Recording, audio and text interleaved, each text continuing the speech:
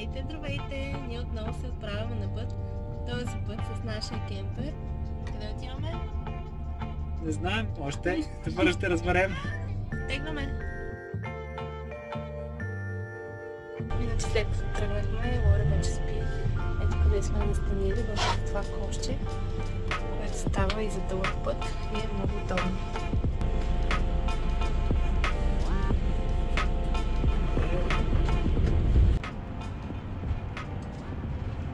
Добро утро! С нощи пътувахме и късно вечерта пристигнахме в къмпинг Мантар, който е на гръцката граница. И сега приготвяме закуската. А ето, това е гледката.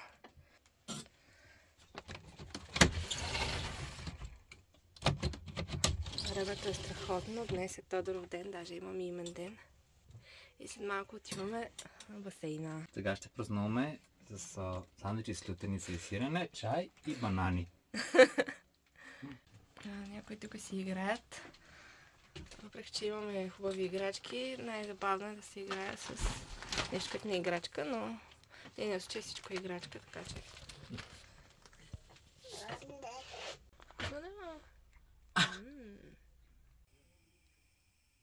Много и да... Че ти е сложил на тебе шапката? Я, чакай. Лори, много хубава шапка имаш. Здравей.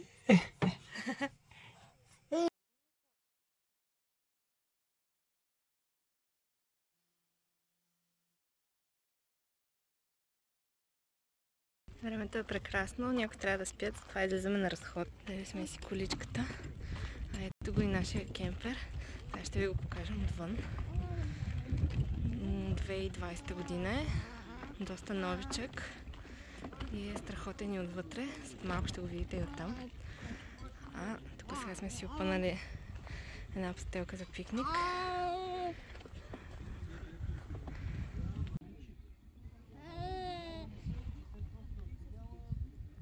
Днес има доста кемпери. В момента е 23 март. Тодоров ден. И времето е страхотно. Някъде около 17-18 градуса е. Тук насреща са басейните. Много, много приятно. Тихичко, спокойно. Ето така изглежда едно парко място. Всъщност тук май са две парко места. Са запазени, тъй като имат колчета. Едно мини кемперче пристига, се намества. Тук има мрежа за плажен волейбол, чадърчета за плаж, парзалки, много, много приятно. Къмпингът се казва Мантар.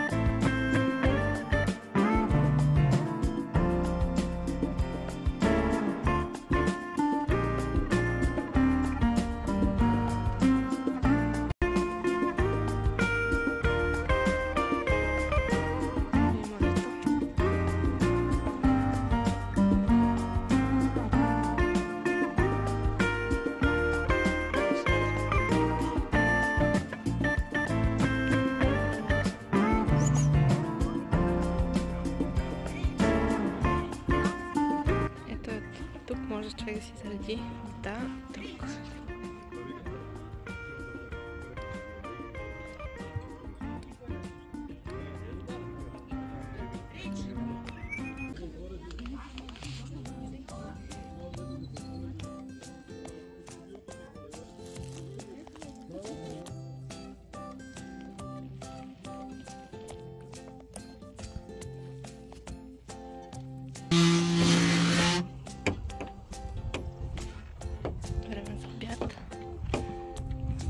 Готвили сме си леща с броколи И малко зеленчуци, маслинки. С тази прекрасна гледчица. Марто сега сглобява столчето за Лори, тъй като почнахме да я захранваме. Ето и най-важният трон тук, Лори. Тя ще яде моркови и броколи.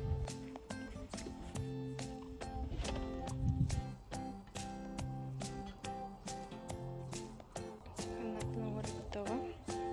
Ще яде само броколи, тъй като морковите нещо не се получиха. Тъй като забравихме ливовника на Лори и сложихме един чувал на раменете, да си отцапа дрежките. Оп, това нали трябваше да може да се залепи? Оп, бъднахме ли всичко на земята? Добре, че има тук много кученца, мисля, че ще се зарадват.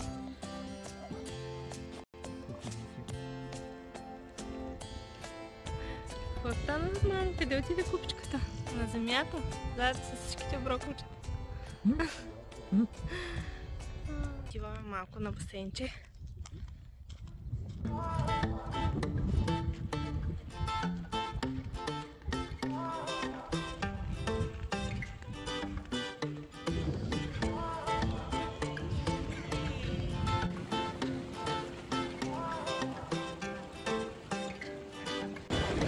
Бълбук, бълбук. Водата е страхотна. Май колко? 40 градуса беше? Колко градуса е? 40 май пишеше, че.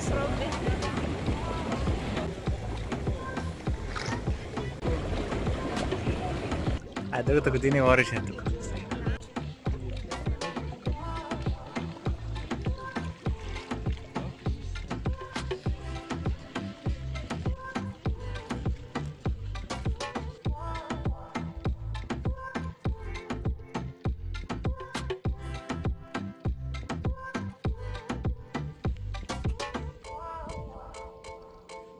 Добро утро, втората ни нощ в кемпера. Тая нощ спахме доста по-добре от миналата. Явно трябваше на това нещо тук малко да свикне. Беше доста комфортно. Направо ни се става. И така заспим на спалнята тримата. Да, някои вземат прънща половината спалня, но пак се справяме. Какво ще правим днес? Че отивам да се режаваме на поляната пред кемпера. И ще звучи като добър план. Да. Искате нещо да кажете на аудиторията? Какво ще стане там?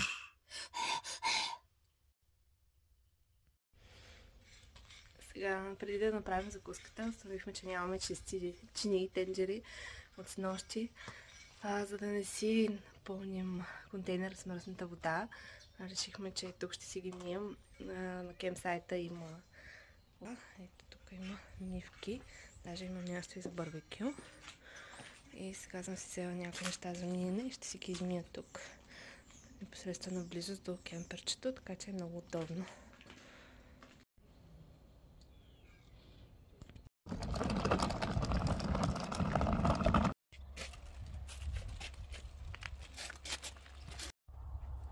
Сега да е време да напълня водата, тъй като вече водата ни свърши. Маркут се намира в багажника и сега ще го вържем към чешмата.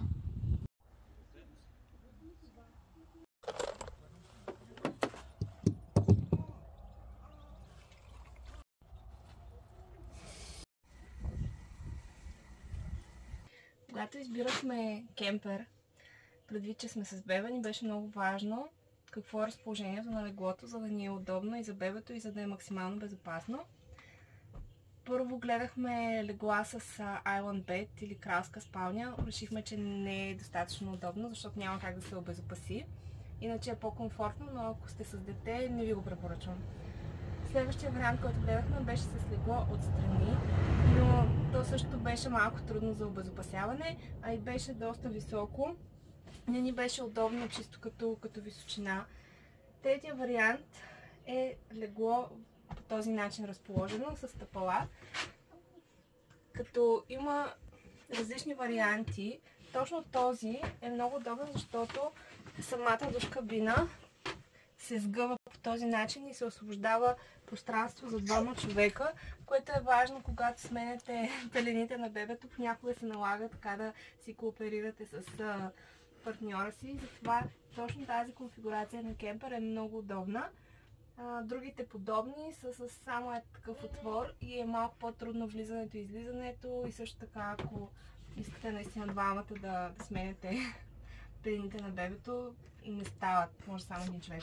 Затова смятаме, че нашия кемпер е може би наистина най-така удобната конфигурация за бебе. И още един много голям плюс е, че може да се отдели като отделна стая. И е много удобно, когато бебето примерно спи тук на спалнята, а пък вие искате да се храните или просто имате гости, дори ако искаш да се преоблечеш и да се осамотиш малко, е много удобно. И също тази мрежа, която служи за обезопасяване, и по този начин може да сте сигурни, че бебето няма да падне оттам. Когато избирахме този кемпер, ни беше много важно да е удобен за смяна на памперси като цяло за бебе. И този специално, наистина как се случват нещата. Доста удобно. Човек може да си приповие бебето.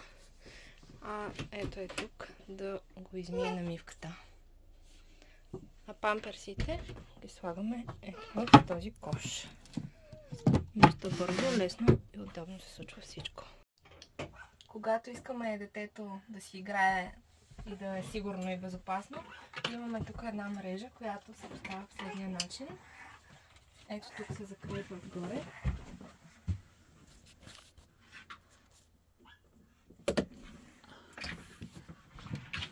И от тази страна също. И по принцип, ето тук става един луфт, който може да се затвори с... Единия вариант е с тази врата, другия вариант е с една разгладница. Ето така.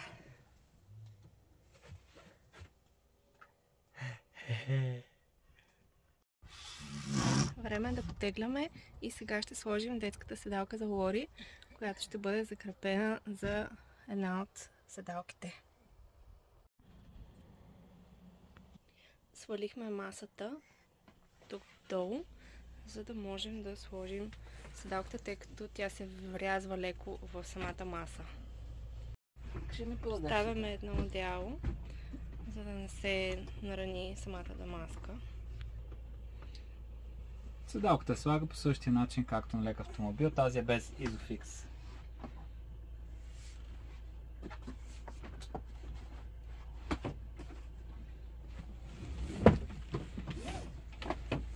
И последно слагаме този колан.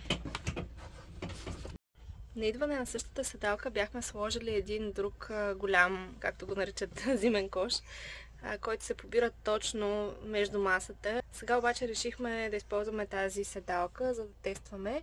За съжаление, при нея няма как масата да е в изправено положение, така че другия човек всъщност ще трябва по този начин да седне. Кажа, че се доста удобно.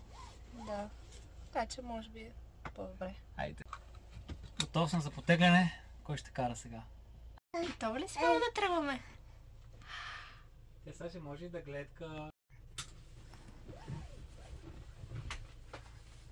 Келнер, едно коктейлче. Проблемът е, че отзад толкова удобно, че никой в момента не му се шофира. Трябва да тръгваме. Ако имаш желаящи за шофьори, моля да ни се обадят. Не имаме хора. Тъй като вече неделя след обед и хората вече си тръгват, решихме да ви поразведем малко в няколко секунди да разгледаме какви интересни кемпери има тук. И каравани. И каравани, да. Току-що едни хора се тръгнаха в каравана.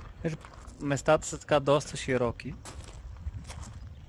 Тук ще се завъртим да покажем. Тук има още един кемпер, каравана. Хората дойдоха преди малко, паркираха и си тръгнаха с колата. А тук нашия съсед ни е може би фаворит. Между другото, човека ни разведе вътре наистина много интересно. Доста мераклийски, доста труд е вложил. И всичко сам си е направил. Събрахме всичките партакеши отвън и сега е време да потегляме. За малко да забравим да сложим Лори в столчето. Много важно преди да тръгнем да проверим всички шкафове по 2 пъти, по 3 пъти, дали са обезопасени прозорци, дали са прибрани и така нататък. В случай този прозорец не е прибран, нагоре и прибираме да не се отворят. Много важно да не забравим тези неща за нивелиране. И на последно място, но не по важност, бих казал най-важното, да не забравяме да приберем стъпалото. Готово, готови сме да тръгваме.